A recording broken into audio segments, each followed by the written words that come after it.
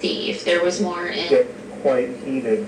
The writer and scientist who's become famous, or some might say infamous, for his ferocious attacks on religion. So you don't think I'm only picking on Islam?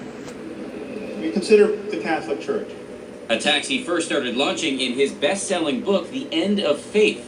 The problem I want to talk about tonight is the problem of belief. And in a series of incendiary public pronouncements, We're building a civilization of ignorance. which have fueled angry debates on YouTube. I know I'm going to offend some people in this room. All of this has earned Harris a reputation that has made it necessary for him to travel with security guards and live with his family in an undisclosed location. But here's the twist. It's not just the faithful who are furious with Sam Harris these days. It is also his fellow atheists. I just want to say that I'm very disappointed by your speech. And Imagine you're in good company.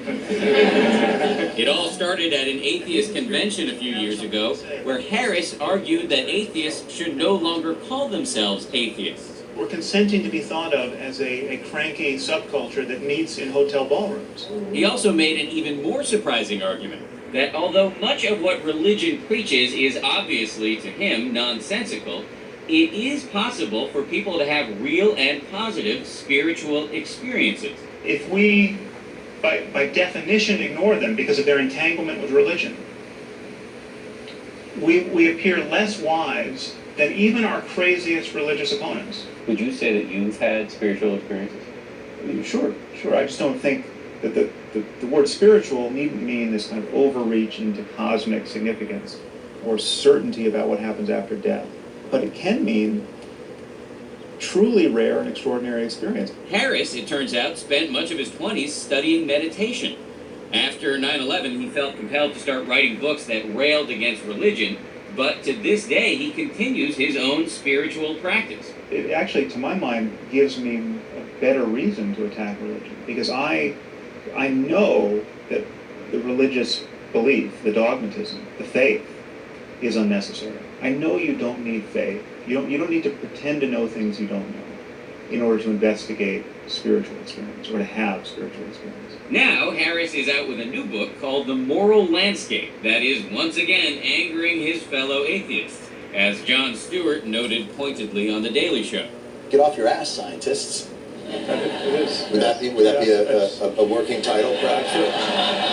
In this new book, Harris, who has a PhD in neuroscience, launches a full frontal attack on his fellow scientists, saying they have messed up by turning responsibility for the debate over morality to religious people.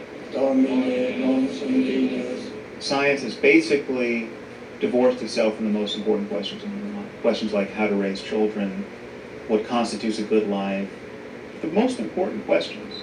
As we drive to his first speaking engagement on his book tour, Harris is keenly aware that for weeks, scientists have been tearing his book apart on the internet. When an evangelical writes me, with lots of capital letters saying, "You don't understand, the cave was empty on the third day," I don't have to burn a lot of fuel wondering whether or not I sort of haven't read the Bible closely enough. But when a well-known philosopher writes me and says, "Listen, you're completely wrong and here's why," yeah, I have to, it merits a little more attention. As people line up for the speech, we note a hint of skepticism. What do you think of the idea that science can be the basis for our morality?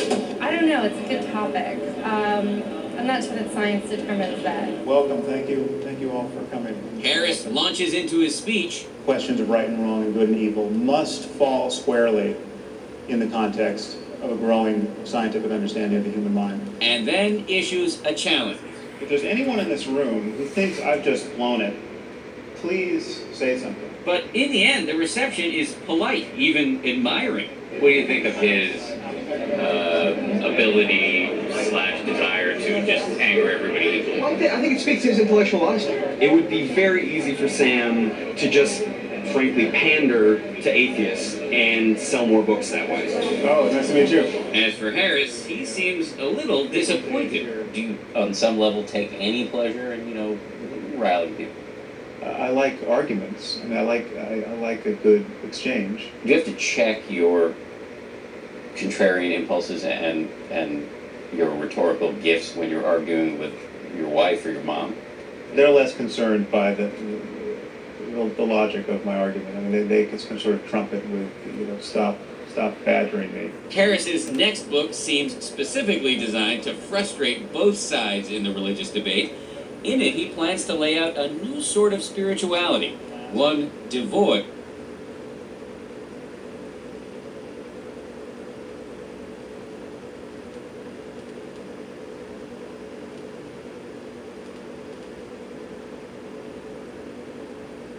Wonder who's going to clean this up.